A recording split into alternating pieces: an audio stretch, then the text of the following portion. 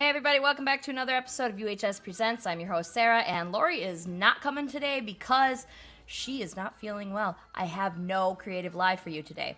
Anyway, we also are joined by, if I can unmute them here, by, of course, Matt Frank and Paul Hanley, creators of Miss Medusa's Monstrous Menagerie, and our good friend Miss Katie Rooston, who is doing lots of fun stuff on Miss Medusa. And by fun, I mean make her go blind. Yeah. Seems accurate. Yeah. So, yeah. We were just having an off-air conversation, so we should just carry Nope. Oh. Uh-oh. and all that stuff. So, well, we are counting down to, obviously, the last few minutes of the Miss Medusa's Monstrous Menagerie Live's Kickstarter event. So that's what we're doing on stream here right now. And in the meantime, if you guys have questions about Medusa or whatever, put them in the comments and I will read them. And if you have any comments, questions, observations, whatever, go ahead and pop that in there. Kyron's here and says, hey, the final countdown. Thanks for joining us. Yay. And then I'm going to say it now, but I'm also going to try to remember to say it later. When we're done here, like almost immediately after at 6 o'clock Eastern is going to be 5 Star Fridays, and that's Tony Clapper and Fish Lee, and you should check that out too because it's going to be fun. I don't know what they're doing because I didn't look because I am not what you would call a good planner, but I can look while we're talking, and then I'll tell you at the end of the show. How's that sound? So we were talking about what, like, we were just discussing like what Snake Lady anatomy would be, and was it you, Paul, that suggested that Medusa would have a snarky comment for that? Yeah, Gina would say, "Do I look like a product of evolution to you?" Yeah, I'm sitting here going, well, I mean, since snake ladies aren't real, they wouldn't have, human heads or human arms. But I mean, we've gone off into the weeds many times with the various anatomy parts that a snake lady would have, and let's just say it's a good thing this channel isn't monetized yet. Well, it's just like I was saying before the stream started. It's such a nerd gotcha moment where like people get to flex on the idea of like, a reptile person wouldn't have mammalian milk glands, and I'm like, okay, yeah, I get it. No fun allowed. Because that's how you show how smart you are, is to shit on everybody else having a good time. Look, I just want to crank it to a snake lady every now and then. Get out of my head. I knew a kid in grade school that picked up my toy of the Cobra Condor jet. He picked it up and looked at it and said, "This isn't aerodynamically correct." I wonder where that kid is now. He was a party. I think about that kid a lot. Maybe one of those people that's online somewhere. And that kid went on to create Cinema Sins. I just found stigmata on my hand. I have stigmata. Ooh, what did you do? I think it's makeup. Oh. I hope I didn't do anything. I hope it's just because it's rubbing off. It's just makeup. Okay. That was weird. I think because when I'm putting on makeup before the streams, I don't know. Okay, I'm sure out there somewhere there are women, or there are anybody who wears makeup, that they're dedicated and they very diligently and thoroughly clean their brushes after every application, and I am not one of those people. So Neither am I. Sometimes I use the brushes to put on dark stuff, and then if I try to take that same brush and not clean it and then try and put on something lighter, I'm just gonna make a big gross mess. So I rub them on my palm or the back of my hand or my wrist or whatever, just to see. I brush along to see if there's any junk on them before I use them. And then like once every 3 months or so, I will get the bug up my butt to wash the things. So I do wash them. I'm sure I'm just an eye infection waiting to happen though. Well, I mean, I can't say anything about that. You see how old my makeup is, so. I've used mascara. yeah, I mean, but in your defense, you did throw some of that away now, right? Like, if you have makeup that you had when you were in high school and you're my age, you should throw that makeup away. It's not high school, it was university, but it's like Still eyeshadow powder stuff. It's not like it's the liquid stuff, but still. Yeah, I probably should throw it. I've used mascara and or eyeliner exactly once, and I just remembered like putting it on and thinking, or having it put on for me and thinking, this is hell, and people like do this regularly, and then I'm trying to take it off later in the evening. I was just like, why do people do this? Like, it's so, like, it's just one of those things that makes you, like, as a, like, raised as a white straight dude, you're just like, this sucks. It does. Why do people do that? That's why I don't do it very often. Yeah. Look at where we're at right now. How? This is, I mean, look at how many backers we have. I knew we were getting up there we have 464 backers for this. That is so cool. Yeah, there's always a big bump at the end there. Yeah, I was not expecting the last minute surge that we were having in the past just couple of hours. Like, I keep saying it. We have the coolest fans. We just do. We have the best fans. Indie comics in general has the best fans, I think. Yeah, it's so tough because I was wanting to, I was trying to share it in a couple of places yesterday, but because of all the Godzilla Day shenanigans, all that shit kept getting swallowed up in people's timelines and stuff, and I was just like, yeah, this is me screaming at a brick wall right now. But as basically once everybody was home from seeing Godzilla against Mechagodzilla, I was like, okay, now nobody cares. Fans, just start getting Medusa stuff back out there. Yeah, we went and saw, we went and saw the Godzilla against Mechagodzilla. Matt went and saw that. Obviously, Matt went and saw that. Uh-huh. If we know nothing else about Matt, we know that he went to see the theater releases of any Godzilla movie, right? Well, honestly, I think if I didn't have friends to go with, I probably would have skipped it, because Toho can't be bothered to give us decent transfers or subtitles. Okay, I was worried that was that because we went to a shitty theater in Iowa? No, I thought, okay, I'm glad. Glad it wasn't just me. Because that would require time and energy and money that they don't want to spend, and so it's like a second generation DVD transfer, and like partially complete or sometimes just completely inaccurate subtitles. Rife with typos as well. Oh my gosh. And it's because, again, it's spending as little money as possible. And I say this as somebody who works with Toho on the reg. It's just, they're just weird about it because they don't like spending money. And I mean, don't like spending money either. Yeah.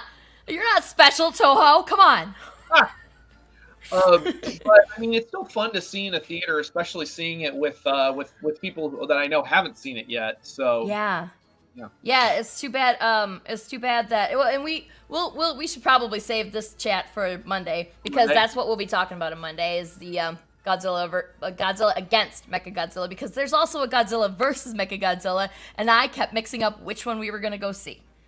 There's a Godzilla versus Mechagodzilla, there's a Terror of Mechagodzilla, then there's a Godzilla versus Mechagodzilla, aka Godzilla versus Mechagodzilla 2, aka Godzilla versus Super Mechagodzilla, and then there's Godzilla against Mechagodzilla, aka Godzilla X Mechagodzilla, aka Godzilla versus Mechagodzilla. And then Godzilla versus Godzilla. Shrimp with corn and shrimp with beans. That's about all. It's infuriating. Kind of shrimp there are out there. That's about all there is. Yeah. I will say, I had my first experience with meeting Matt Frank fans in the wild yesterday. That was weird.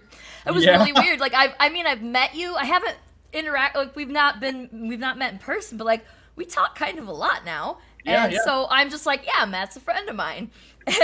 And you're just like you're just a regular guy too. Like, you're just a big nerd like we all are. Sure. And then there's people like, oh my God, you've met Matt Frank? And I was like, yeah, I know him. I work with him and like we're buddies. And he's like, wait, what? You know him? That's weird. Yes, it's okay. It's okay, guys. He puts his pants, I think he puts his pants on one leg at a time. I don't. I avoid pants at all measures, so I don't put pants on one leg at a time. But literally wearing the clothes that I wore to the movie yesterday because that was what was on top of the pile. I'm not getting out clean clothes for life. But yeah, that was interesting. I'll tell you more about it on Monday. It was fun and all good things, like all good things. But yeah, it was a little bit surreal because I did not actually know you as a, sort of famous person. Like, you're really well known, and I did not know or appreciate that when I first met you. I learned that after the fact. So I was just like, oh yeah, he's an artist for he does comic books, and that's what we're doing. We're making comic books together. And then all of a sudden, I've since learned that you kind of have a fan following, and now I've met my very first, like I said, my very first Matt Frank fan out in the wild, and That's really funny. And I was like, wow, it's so weird because yeah, you're just a friend of mine to me. I'm like, I didn't know you as a famous person first, and then as you, I met you and just assumed you were a regular person like we are, and then learned. So yeah, it was very interesting. It's so funny because there's so many people they're so sweet and they're so like, but then they'll tell me things that make me, not that I don't appreciate it, but it just makes me feel weird to hear. Like, I found out why I have a following specifically, and it's because it has nothing to do with the quality of my work. That's immaterial. It's because in the span of time between like 2005 and 2014, there was like no major Godzilla content. There were no movies. There was like one or two video games, and then the comics didn't start until 2011. But in that span of time, I was one of the only people on like DeviantArt stubbornly refusing to do anything but Godzilla fan art, and I also like built a whole like fan like universe, like a fan art fan fiction universe, and was like rewriting the movies all in a one big continuity. It was just a thing to do for fun, and people were like, no, but that was my introduction to Godzilla, or that was the closest thing I had to regular Godzilla content at the time. And I'm like, oh, that explains that. Like, that explains why I have a following, because it was good timing and hyperfixations. But Nothing no, wrong with that that. really went out and you had a good time. I'm glad that my fans didn't terrify you, and that because I jumped. So funny, quick story. I jumped in on the Godzilla live stream yesterday because they were doing the Godzilla's birthday, or the day before. They were doing the Godzilla birthday live stream in Japan, and I jumped in at a certain point to the chat and was just like, I think it was they were doing a tribute to one of the actors who had passed away, and I was just like, oh man, he was such a cool guy. I was really lucky I got to meet him and stuff. And a couple of people were like, oh, Matt Frank, hey, Matt Frank, welcome to the chat. And I'm like, oh, hey guys, just like, hi guys, just I've been here. And I remember this one person started spamming in the comments and started like calling me a groomer and a pedophile. And I was like, whoa, where'd that come from? And then I thought, oh, it's because I'm an LGBTQ ally. It's because because I've been very vocal about that, and that's their favorite thing right now. So, Apparently, all of us in stream today are groomers then, because I'm pretty sure we all feel the same way as you do. Well, I don't want to speak for anybody else, but I know I do, so I guess I'm a groomer too. Maybe We're not into a whole weird area here. How do you make that fucking jump, though? Seriously, how do you make that jump? Jesus Christ. If you hate someone, well, what it is it tends to be, it's like, it's okay just to not like someone or not like their art or not like them as a person, and it doesn't have to be a moral thing. You can just not like someone. But no, I was just like, whatever. I've been literally called worse, so I just blocked that person. I was just like, whatever. I don't have time for that. Yeah.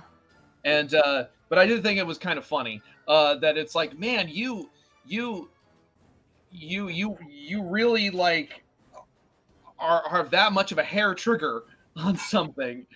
But whatever makes them happy, I guess. I mean, I don't really see the point of insulting other people, but I mean, technically it's not physically harming you. You're able to ignore it, so I guess. People are fucking weird. People have too much time on their hands. So, Katie, I did want, like, this is a huge, like a super hard right back into to the topic here. To ask you about you. This is 100% my failure to make my brain connect the dots between the fact Katie's coloring Medusa and we should invite Katie to the live stream Kickstarter party. It's the same thing that I was just saying about you, Matt. Like, Katie's my friend, first and foremost. It's just like, I talk to Katie as my friend, not as a business partner, not as an artist, as my friend. We met years ago. And when I was at uni? We were both at university. Yeah, I was at technical college, you were at uni, and we met, and it nothing to do with art. Nothing to do with art. It was about toys.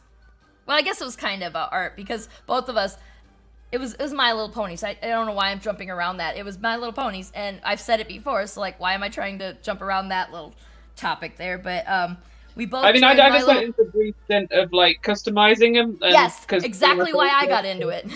Same thing. Cute. And and then there was a chat room, and that's how we ended up talking. And and that's what happened. Like, so I didn't know Katie was an artist for probably at least a year. I didn't know she did art stuff because we just talked in the chat room. We didn't talk about. We talked about the weirdest shit, but never about like what we do. So, that's and then you got me into the comics stuff. So yeah, I feel like sometimes I feel like I may have dragged you kicking and screaming into comic stuff, but you seem to be doing well. I mean, holding your own here. Everybody likes it was your kind stuff. of like you were basically like, oh, well, here's some pages to try coloring out. So I did like a single page, and then you're like, oh, but well, we'll just see if she likes you. And then I got chosen. I was like, wait, what? This is a job, and like a job interview. So yeah, I was in all of our defenses. I didn't know that. I was like, here's these pages. You can color them. Just don't show them to anybody except us.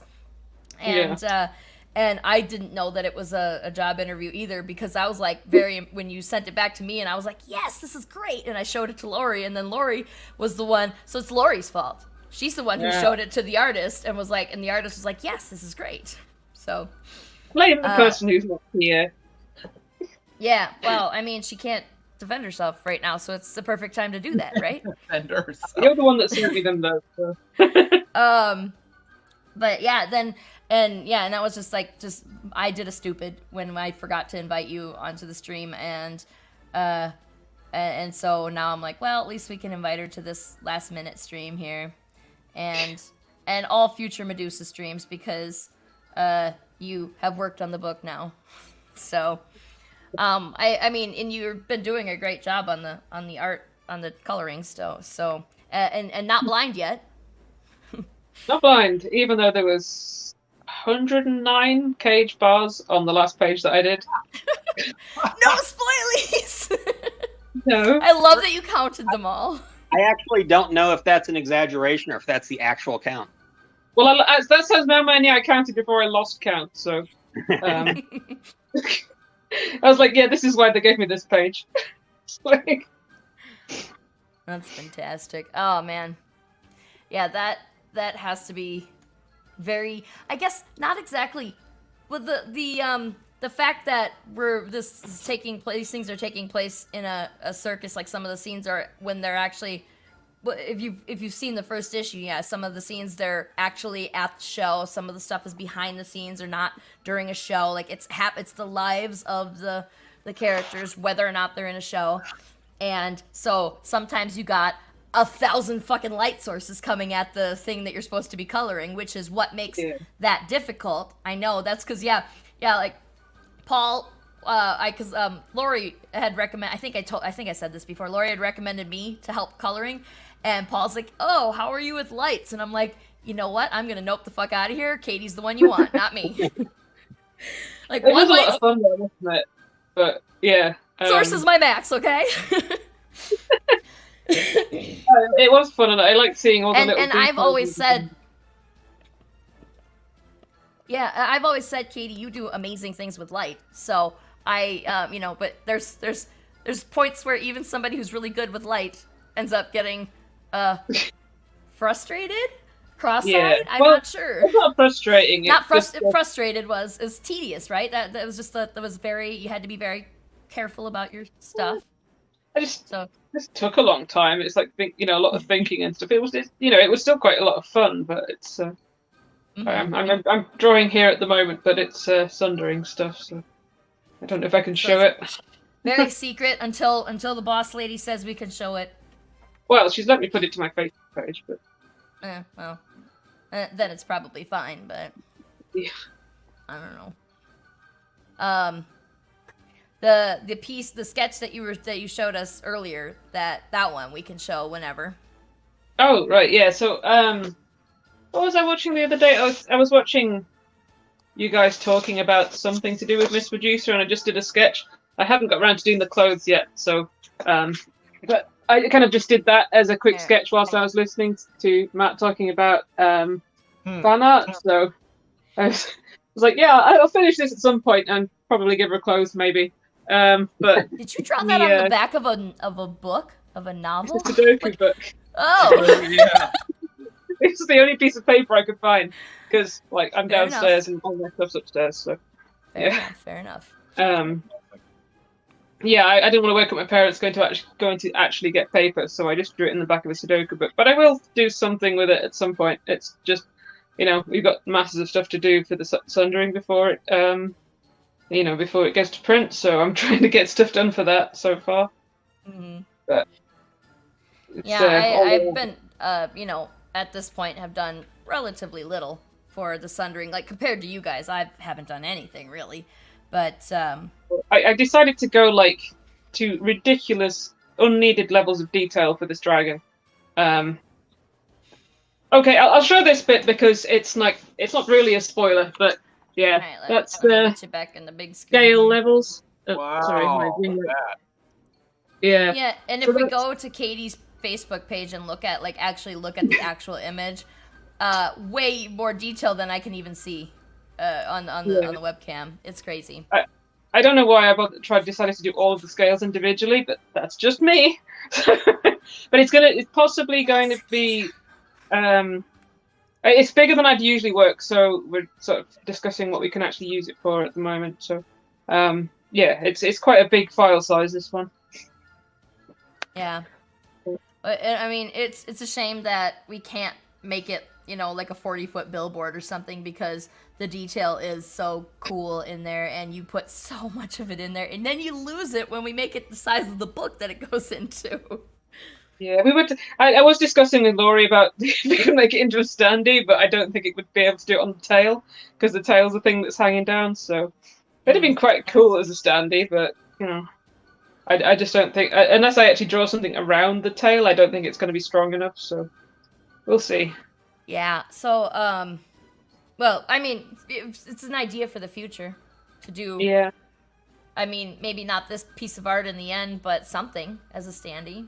And have a lot of art to choose from for standee stuff. Yeah. Imagine if you did the rest of the, I forget Damien's character's name, but did the rest of his character, the bottom half of him, and then made that a standee. Yeah, that would be good. I can imagine who would be buying one of those, and and I don't want to know what they're gonna do with them.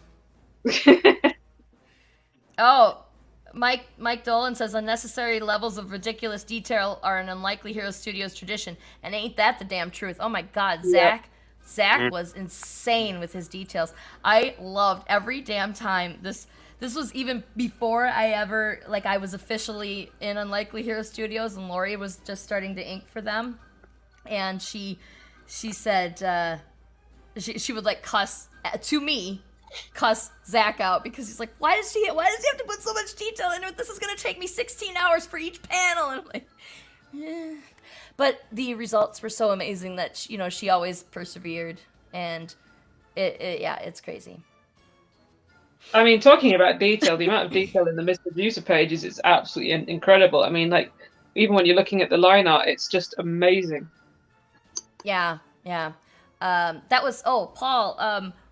Okay, so I may have while we were at the Godzilla thing last night, we were talking to all the other Godzilla nerds, and obviously Miss Medusa came up, and I was like, you should go and look it up and check. And if you're a fan of Matt, then I can guarantee if you aren't a fan of Paul, you're gonna be. And like if you like his work, you're gonna like Paul's work. You're gonna like this book. And I went, and he's like looking at he's scrolling through, and whoa, these are really good. And I was like, yeah, the whole book is like that. And that's one of the things that's like Mike said, like Mike Dolan said there.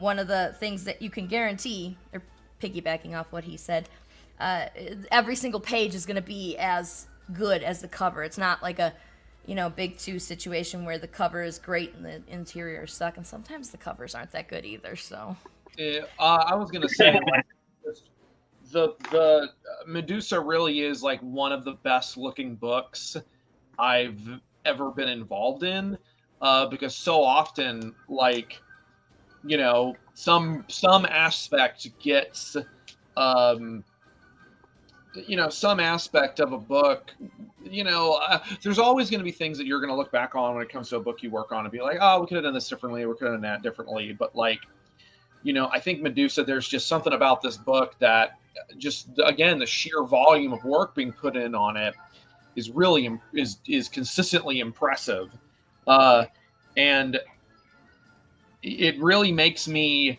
never want to do a monthly book again or a rushed book again, because like I just had to do another book for my Japanese publisher for Spectre Man, and I mean, Laurie came. I keep say this on every live stream. Laurie came in clutch and like really kicked ass on the inks for me, and as a result, the book has a really fun and unique look to it. But it is one of those things where it's like we still had to get it done really fast, and I'm just not about that anymore. So, I'm kind of done with all these little nickel and dime jobs and stuff.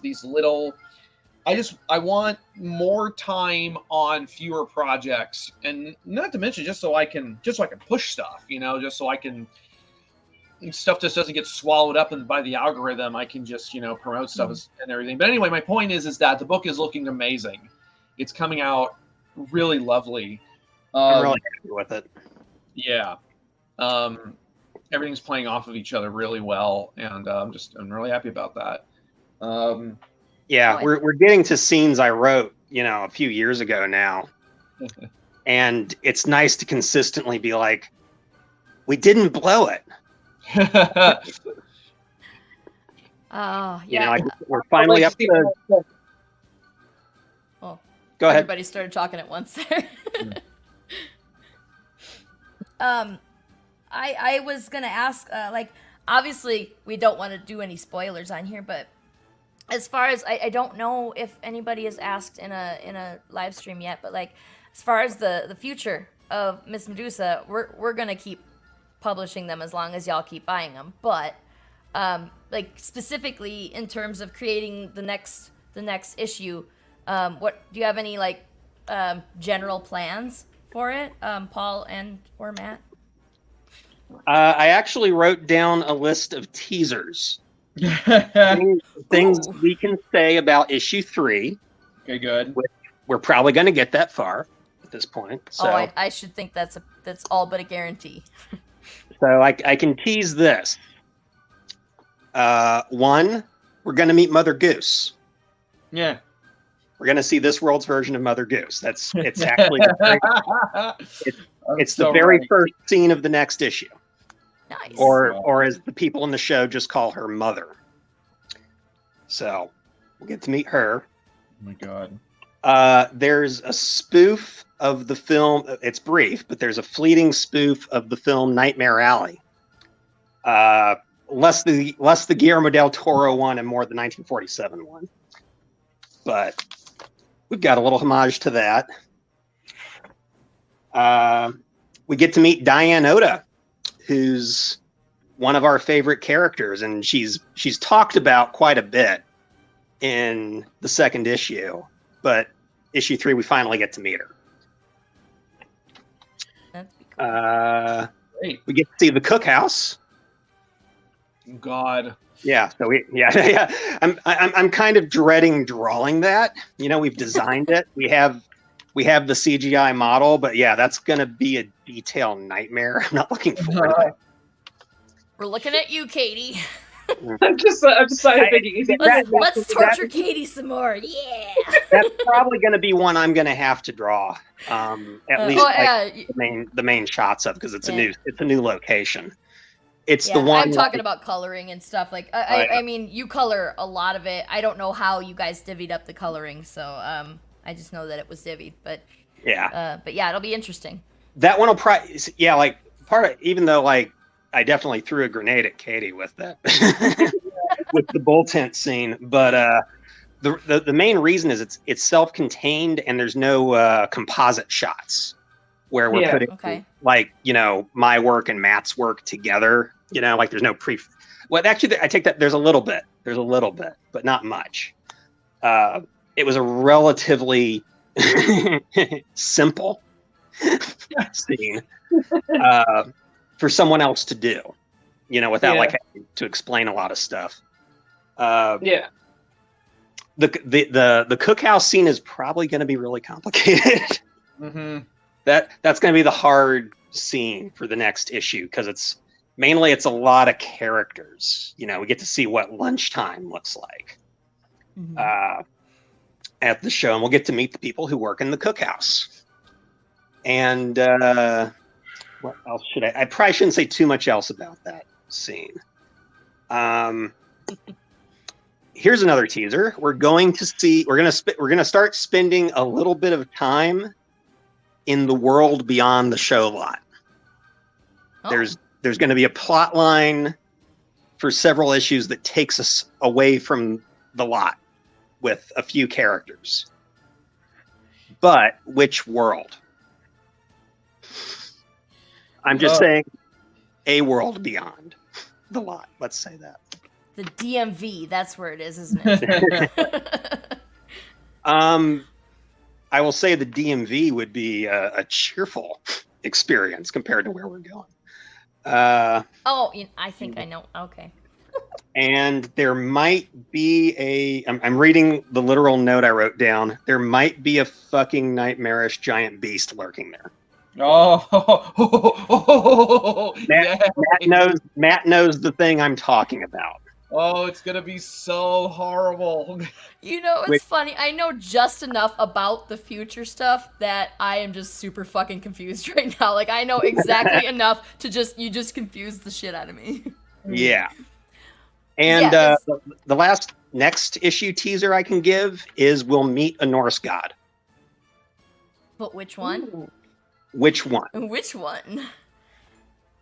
I mean, is it going to be Natalie Portman? No, she's not Norse. She's not Norse. My bad. It's Beta Ray Bill. No, it's not. That's going to be fun. It's one I had to do a deep dive of research on, actually. Oh, wow. Yeah. Cool. It's so funny because as Paul is describing these teasers and stuff, I'm having these Pavlovian flashbacks, and I talked about this on the last live stream. I'm having these Pavlovian flashbacks to like being at his house and him describing this shit to me, and I'm just seeing it in my head, and then us kind of going back and forth, and me like ripping out a quick sketch. And it's one of those things that makes me really wish I was medicated back when we were originally working on this, because I felt like I probably would have been more productive while we were in our meetings. Because like I was so like just like I wasn't even physically looking at you, Paul. I was like middle distancing it for most of the time while you were talking, because I'm just seeing this in my head. Boldar, Viking god of bowling. Bolnir, I love it. That's pretty good. Is it Bjolnir? I don't know how to say that. Bjolnir. That's a tongue twister right there. Bjolnir. Write that one down. I've also got a list of 10 reasons to buy number 2. Ooh. Ooh, You still got a few minutes. Now's like we Yeah, got 15 minutes to go. minutes. This is the perfect time to tell everybody. Time to read them. Okay. 1, we're going to have Stavros the Cretan in this one, who you've seen a little bit of in issue 1, briefly. He fell through Belinda the Wasp Woman's roof. He's the head animal trainer and handler for the show, and you might get the impression by the scars and the broken horn that maybe he's not very good at it. So yeah, got Stavros. We're big fans of Stavros, and apparently we will have his magnet now as part of the merch. Yeah. Yes, definitely have. I got to color a few panels with him in, and I'm quite a big fan of him as well. So. Yeah, he's pretty cool. I think because of there's some miscommunication that I think that our final stretch goal here didn't get posted, so I'm just gonna upload it here and show everybody on the stream. Yeah, it's the holofoil cover. Yeah. All right, come on. Which we probably won't hit, but hey, why not? Put it up. We could. Yeah. It could happen. Good. Got 13 minutes. We're not that far away. I'm posting it around. I'm getting it out there. Let's see. Gotta make a comment on this one. Doing all the things. Which is, by the way, Sarah, which is better to share, the Twitch stream post or the YouTube channel? You know, I guess YouTube, because it's more ubiquitous. I've gotten a surprising number of people going, "What's Twitch?" I thought Twitch was pretty well known by now, but there's a lot of people that don't know Twitch. So I guess YouTube, just so that because like everybody seems to know what YouTube is now. Right. Oh, and another thing, and let me upload this here quick.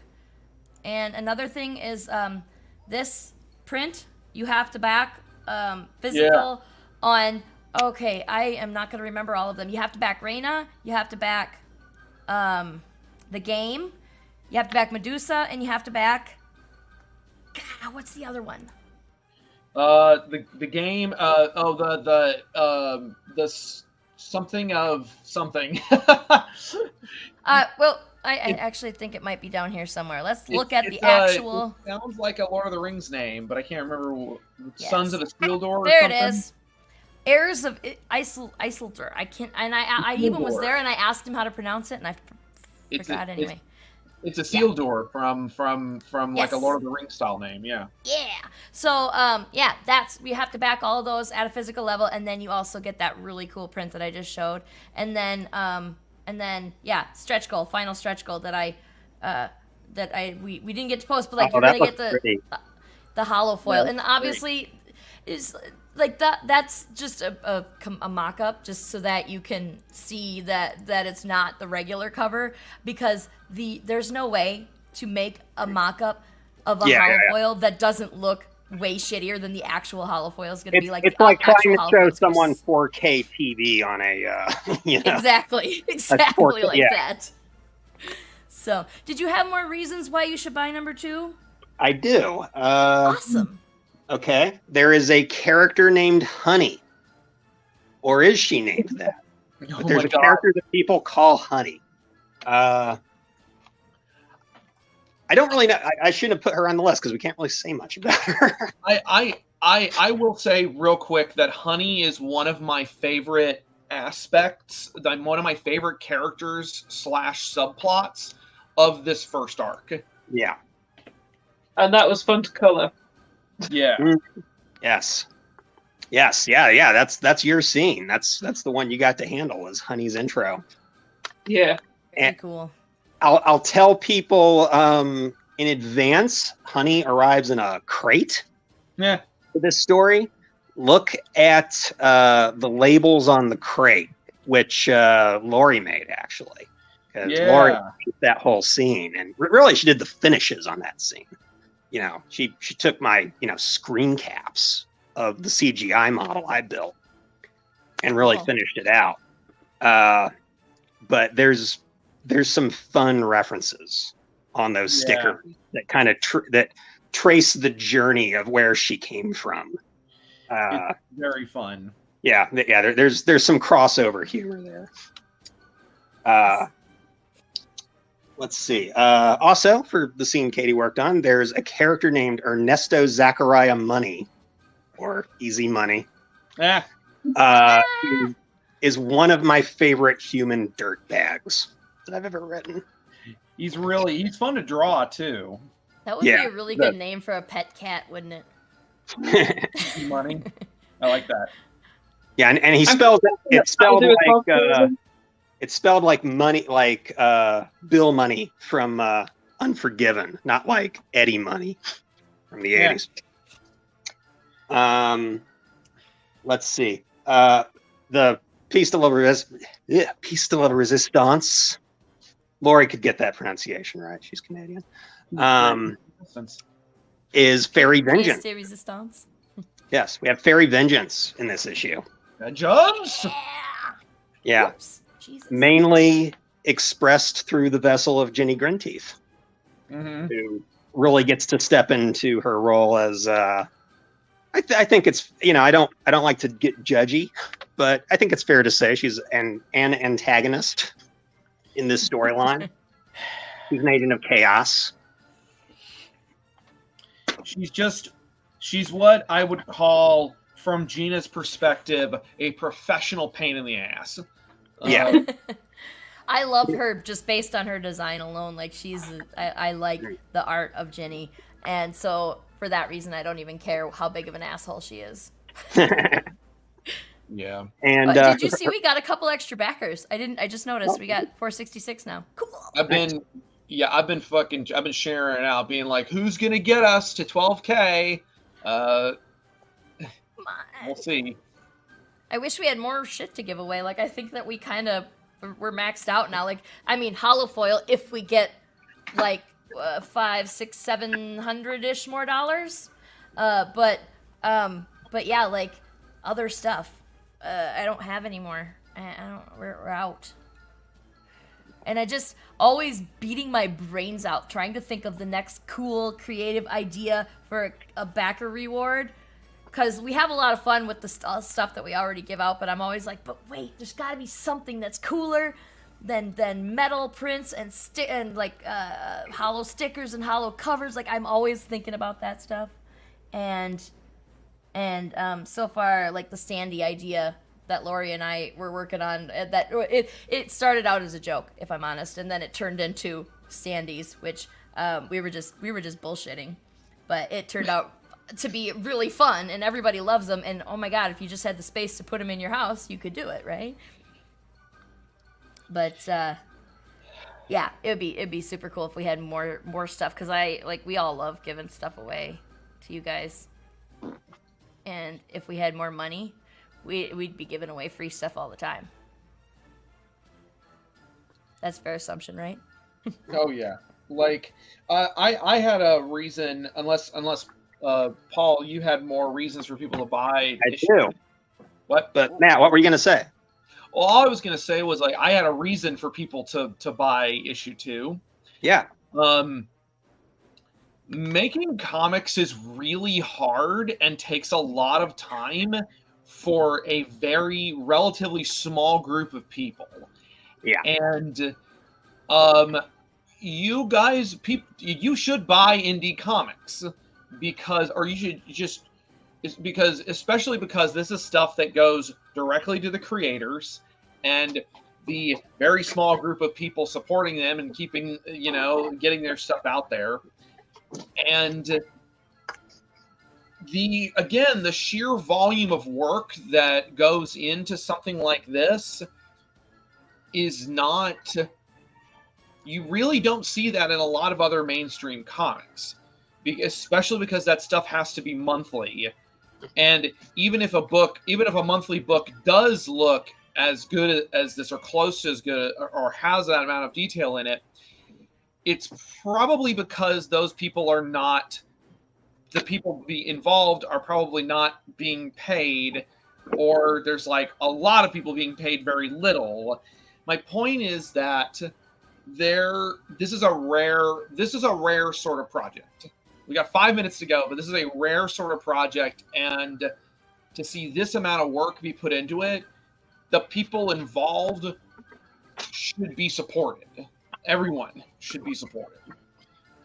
So that's, I think, a huge reason to support indie comics. I'll add something on the back of that. If people want the series to happen faster, and if they want more Medusa stories, back us hard. Yeah. We might even have a bit of a secret agenda with this one.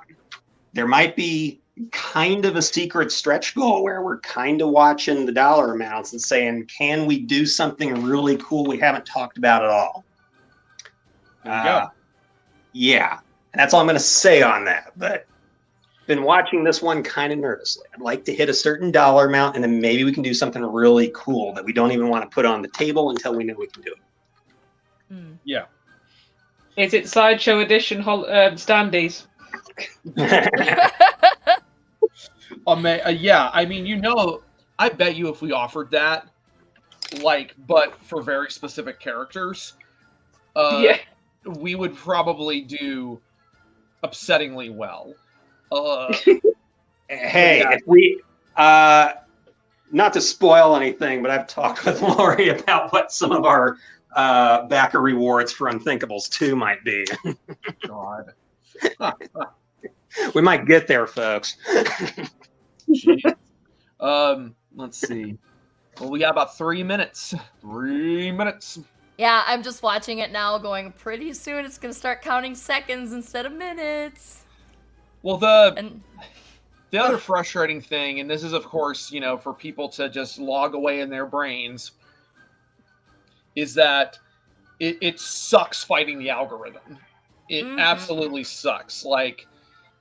It's like normally stuff that I post that is Godzilla adjacent or Kaiju adjacent tends to get pretty good numbers, but when certain things don't get traction at all, you start to wonder, okay, is this because my audience isn't grokking with this, or is this because it's being suppressed because there's a wrong combination of words in there, which is infuriating.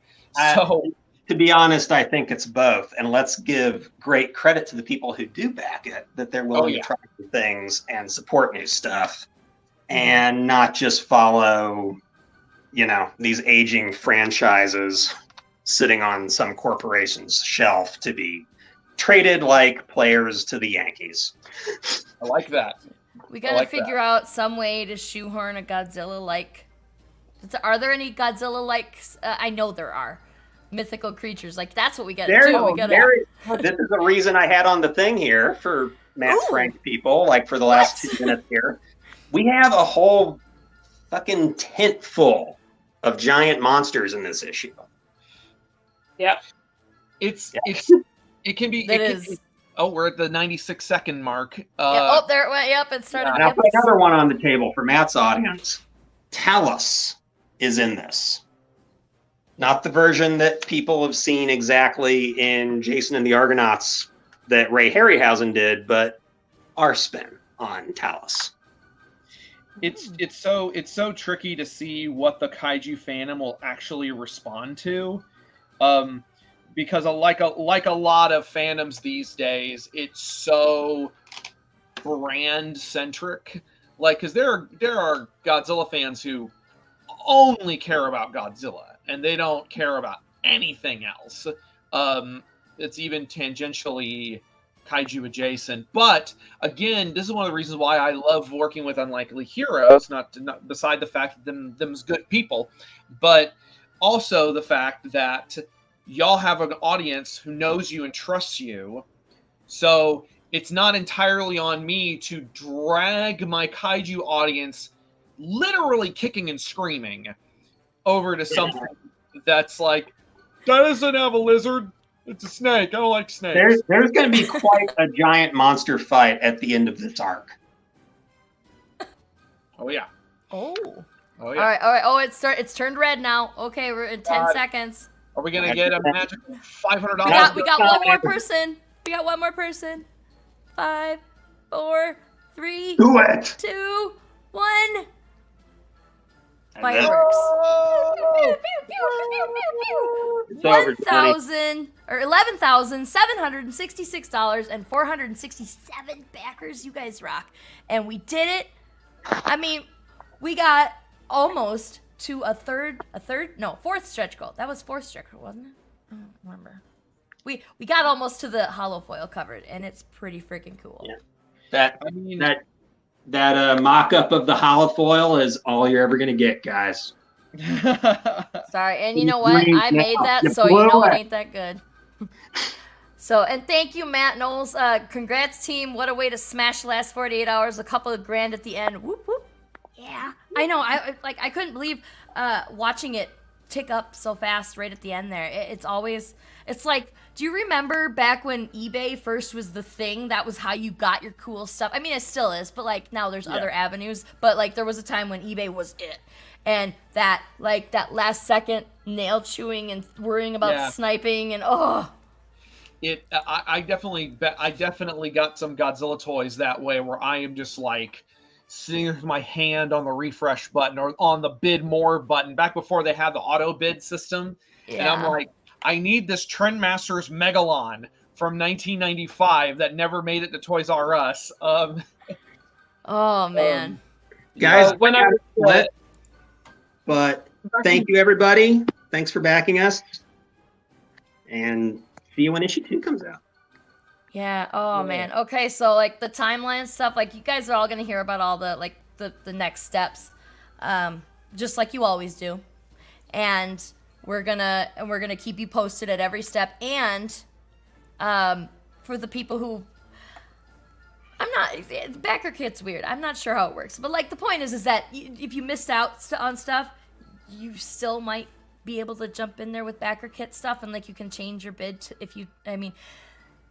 still back now. Like we still like it when you back during, but backer kit makes it a little bit easier for people who missed out. So like you can still go in and grab extras, and if you missed out when you were back with your initial pledge, and now you're gonna get your what is that receipt thinger that comes when you back a successful project, and you get to go through all that fun stuff. Well, just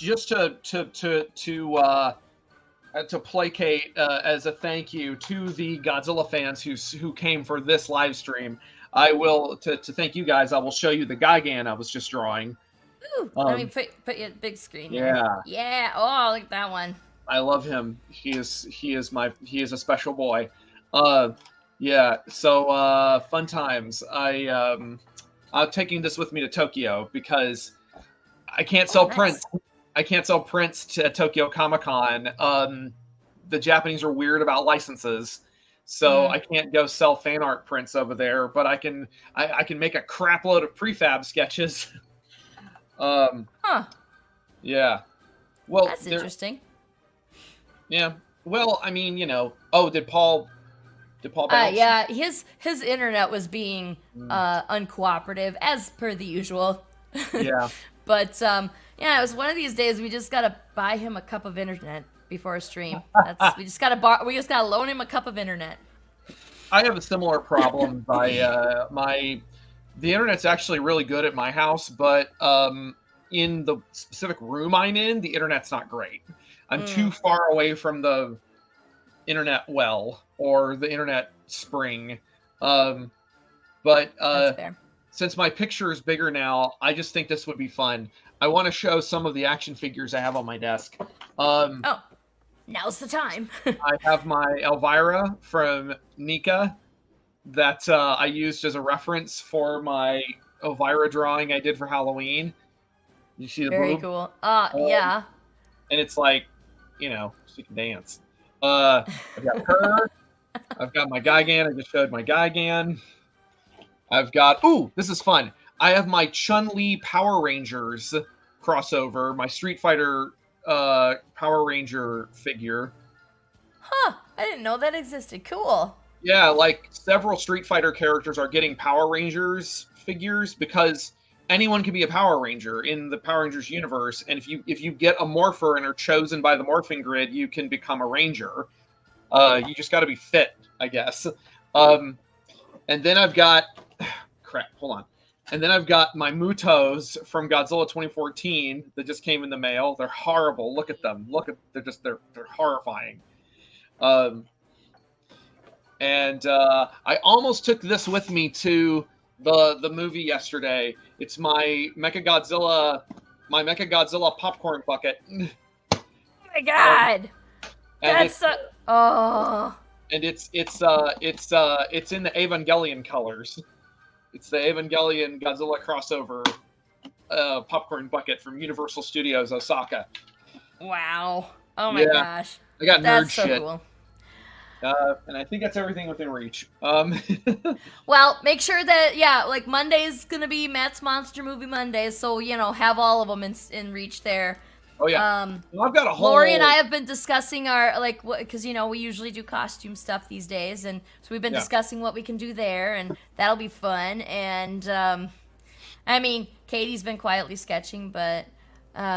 I don't know, if you got Hulu and you can watch the movie, I suppose you can come talk about it too. I have lots of things to say. I have so much to say about this movie. Yeah. Including a point like... What? Speaking of kaiju, we need to finish the Mothra thing. Yeah, we could do it'd only take a few more minutes, right? Because it was basically done. We just needed to assemble it. So we could probably get that done, and then we can release it to the wild for everybody to actually purchase. Because that was like 2 Matt's Monster Mondays ago or something. Yeah, we got to finish that. That was it was really cool, and we were gonna leave it the way it was, but then Matt made a suggestion. We're like, oh yeah, that's perfect. We need to do that. So that's how it stalled. But and it stalled then because then a little sundering happened. Basically, that's what happened. Well, yeah. Well, definitely. I mean, yeah. So the movie, I originally was not planning on having this Godzilla movie, Godzilla against Mechagodzilla, as part of Matt's Monster Movie Mondays because, while I like the movie, it's fun. It's also kind of a mid-tier Godzilla movie, and I was just like, I would rather focus on the extreme ends of the spectrum of the really good stuff, and then the really weird stuff that like stuff like Howl from Beyond the Fog that doesn't get as much attention. Right. And Godzilla against Mechagodzilla, again, it's a fun movie. It's perfectly entertaining, but it's also, kind of there's some not great stuff in it too. But I'm kind of glad we did it because the movie that's a follow-up to this one has Mothra in it, and it is the best Mothra ever put to screen. She's entirely practical except for a couple of CGI shots, and she looks fantastic, and the prop is just huge, and she's got these little moving arms, and she has the little bits all moving, and it's beautiful. So now we have an excuse to watch another Mothra-centric Godzilla movie. And I know, excited for another Mothra movie. I love Mothra so much. We get some real great moments in this next one. It's Godzilla Tokyo SOS is the next one, but we still gotta watch Invasion of Astro Monster. That's next on the docket, and then we gotta switch gears. We gotta do something that's not Godzilla. So maybe we'll do a Gamera or something. Yeah, have we met Gamera in? We've not met this yet? Gamera yet. And Gamera's the one that looks like a turtle, kind of, right? He's a giant flying turtle. He's the friend of all children and the guardian of the universe. Oh, I think that Gamera's the only one who might be able to dethrone Mothra as my favorite, because I love turtles so much. Gamera gets some really good moments in like his original films are fun, but also very cheesy and very goofy. In like we have our Japanese child actors with their short pants running around and screaming about Gamera, and that could get a little tiresome. But the 90s Gamera films are like peak kaiju, like they're so good. And then there's like the last Gamera movie was in the early 2000s, and it's like an E.T. meets Stand By Me, like really emotional coming of age story that just happens to have a giant turtle in it. So like it's about like the main character is a little kid working through his trauma with losing his mom and his estranged relationship with his father. So he puts all of his emotional energy into raising this little baby turtle that just happens to start getting bigger and bigger and bigger and bigger. I love Gamera so much. I'm excited for Mothra, but I'm excited for some Gamera too. Like I want to meet Gamera, and I made it a point to not watch any Godzilla or kaiju stuff unless if it comes up and I want to watch it, I gotta clear it with you first so that I don't I don't want to soil the whole journey we've been going on by watching something I shouldn't have. The only one that unauthorized one that I watched, was the 98 Godzilla. So unauthorized. That makes me sad. that was because I like that one. I don't love it as a movie, but I like it, and that was what got this whole thing started. So I'm not sorry that I watched it. We're good. I think I watched one of the ones. I seem to remember it looked kind of like a great big what do you call them? Iguana, I think. It seemed to be coming out when I was a teenager, so it was quite a while.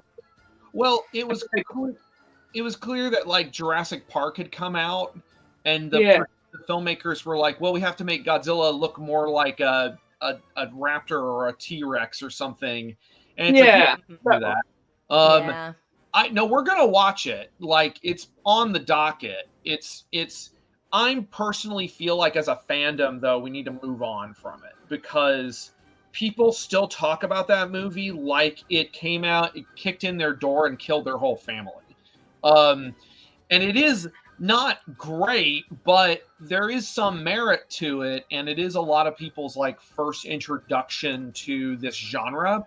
And I think that we need to be okay with that. Like we need to be like, okay, let's recognize that it is a movie and it's not like unwatchably terrible or super racist or anything. It's like it's not like it's different. I mean, it's a 90s disaster movie from the guys who made Independence Day. Like it's a very 90s movie. Oh my god, in that respect, very 90s. It's watchable. It's not like it just goes on too long. And anyway, we're not. We'll save that. Save it for later. And we got to get going anyway because 5 Star Fridays is coming up here, and we got to get off of here before they are ready to go. And they are ready to go in like 14 minutes now, so we got to get the hell off and let them come. Sarah. What's that? Can I just show the wing flaps that I'm painting at the moment? So yes, have at hang on a second. Show it. Wow. And then all of the veins look at those skin folds. I love it. Oh, it just zoomed in on you. I don't know. Oh, damn it! It's got a zooming thing on it. Hang on a sec. Damn tablet. Yeah, so I've been doing all the veins and everything because I've been studying bat wings. So nice. That's pretty cool. Well, so that's another little sundering sneak peek for everybody.